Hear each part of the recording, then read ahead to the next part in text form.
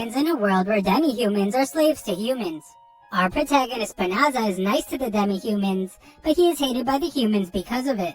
Even the demi-humans warn him about being kind to them, but Banaza insists. Banaza wishes everyone could just get along, but not many feel the same way. Just then, Banaza gets summoned to another world, where he is told that he is a hero candidate. He is now in the magical kingdom of Clyrode, but they're in the middle of a prolonged battle against the Dark Army. The kingdom has been summoning potential heroes from other worlds in the hopes that they will fight the Dark Army for them. The first course of action is to assess Banaza's abilities. In exchange for returning to level 1 after being summoned to their world, candidates receive divine blessings from their gods. These are powers that no ordinary person can acquire simply by training. It is called Divine Revelation. Banaza is able to read their language, but everyone is horrified when the display shows that Banaza did not receive Divine Revelation. His stats are simply that of an ordinary person. This is incredibly disappointing, and the summoners deem this a failure.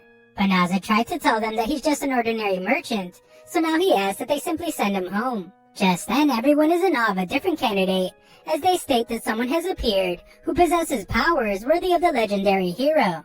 Everyone runs to this guy, as all his stats are level 999. They deem him their savior, and they beg that he fight for them. Banaza would just like to go home, but his words go unheard. He tries to think of a way to have them send him home, but the king is busy declaring that the blonde guy will be their hero. Sometime later, Banaza gets tossed into a carriage and taken away. A look back to just a moment ago shows the king telling Banaza that his summoning gate closed and they can't send him home. The kingdom acknowledges that it's their fault, so they will compensate. Instead of simply getting rid of him, they will allow him to live in the Delaveza forest in the north, where he can live out the rest of his useless life. The only condition is that he not tell anyone about the mistake they made. On the way there, Banaza's escort explains that he's not allowed to speak to him. Banaza is very nice though, and he's able to get the guy to talk. He reveals that in this country, it doesn't matter if you're a human or a demi-human, they're all treated equally. Banaza thinks about how things weren't looking so good at first. He has the worst stats, he's being forced to live in the forest, and there's some dark army threatening humanity. However, Banaza won't be looked down upon anymore, so he begins to think that this world might not be so bad. It takes 20 whole days for them to reach the forest. When they do, Banaza is given a bottomless bag that has enough money and food to last them for a while. The driver warns that the Dark Army lurks around in this forest, so if he wants to live, then he encourages Banaza to get away from there as fast as possible. When alone, Banaza takes a sword from his inventory and notices some slime nearby. They look similar to the ones from his old world, so he assumes that they won't attack him. He is very wrong though, so Banaza must defend himself. He manages to survive the encounter, but his cheap weapon has already begun to fall apart. Just then, a notification reveals that he just reached level 2. His stats look different from before, but Banaza is confused by the strange symbol that has replaced the numbers. Banaza turns on voice notifications, so the voice tells him that he has acquired some magic spells. He will be able to activate them without opening any windows, and Banaza is shocked by all the spells he acquired. Just then, an alert reveals that a monster lure spell was placed on the bottomless bag he was given. This monster lure is definitely why the slime attacked him. Also, considering that the weapon he was given was practically useless, Banaza determines that the kingdom was setting him up to die. The voice would like to know if he wants to remove the lure spell, so he does, and Banaza wonders why they would use magic that's so easy to get rid of. Banaza goes to look for a safe spot to take shelter, but the notification stops him. It reveals that the forest has a very high concentration of Melicium. It's a generic term for liquids or gases emitted by demons. It causes serious harm to humans, so the voice would like to know if he wants to purify the forest. Our unassuming protagonist thinks it's a good idea if that's something the system can do, especially if he will have to live in the forest. The system explains that it will consume 1/3 of his magic, but Banaza figures that he is so powerless that it doesn't matter. Banaza is shocked though when the purification spell activates, and it ends up being a grand display of magic. Just then the notifications go crazy, as Banaza levels up several times. Back at the castle, the princess points out how terrible it was to send Banaza to the forest, especially since everything was all their fault. The worst part about it is that the Dark Army set up their front lines in the Delaveza forest. The king couldn't care less, as he just calls Banaza a useless piece of trash, unfit to be their hero. Just then, the king is urgently told that someone just used the highest holy magic of all, purification. The king is amazed that the golden-haired hero was able to acquire such high-level holy magic already, but he is shocked when he is told that it was not him.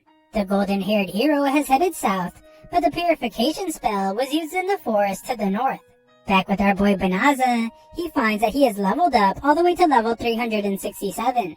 He didn't even eliminate any monsters, so Banaza determines that in this world, you can level up just by using magic.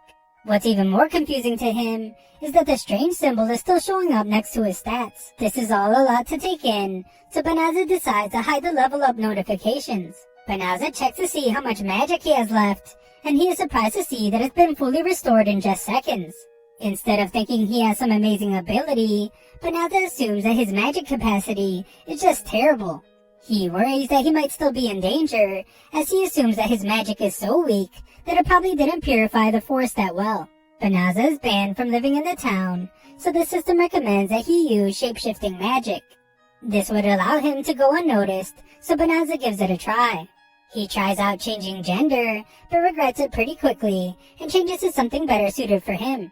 The system then recommends that he use teleportation magic, so he teleports into the city. In his old world, teleportation was a spell that only really powerful sorcerers could use, so Banaza assumes that this world is different, and everyone can use it here. The clever Banaza tries to teleport himself to his old world, but it doesn't work. He then looks for a guild so he can make some money. Registering as a merchant might be difficult since he is so new, so he hopes to find an adventurer's guild. That way, he can do some monster hunting or transport quests. Luckily, his system gives him directions to the guild. When there, it is explained that adventurers are assigned ranks based on their accomplishments. They can earn better rewards and accept tougher quests as their rank rises. It's pretty much the same as guilds in his old world, so Banaza decides to register. He can't give his real name though, so he goes with Fleo instead.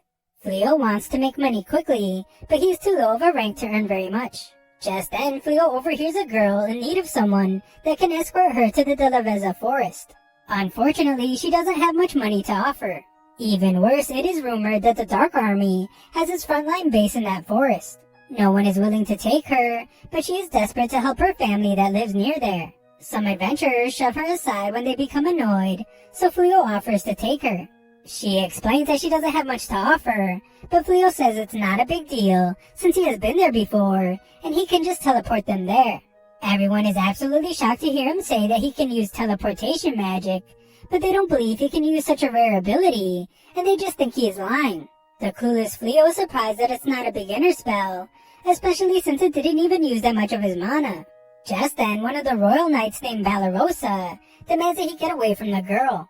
She declares that Fleo doesn't look like a skilled enough sorcerer to use such an advanced spell, so she is suspicious of him. Her group is just as skeptical, and they all accuse him of planning to do something devious. Fleo realizes that he can't afford to cause any suspicion, so he offers to take them all with them. They go somewhere hidden so he can use teleportation, but Valerosa warns him not to try anything funny.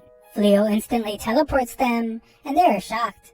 Teleportation alone is already unbelievable, but he was able to take them really far away. They wonder if he's a great sorcerer of the highest order, but Fleo just tells them that he's a rookie adventurer who can use a bit of magic. They all apologize for treating him so poorly, but he's just glad that they aren't suspicious of him anymore.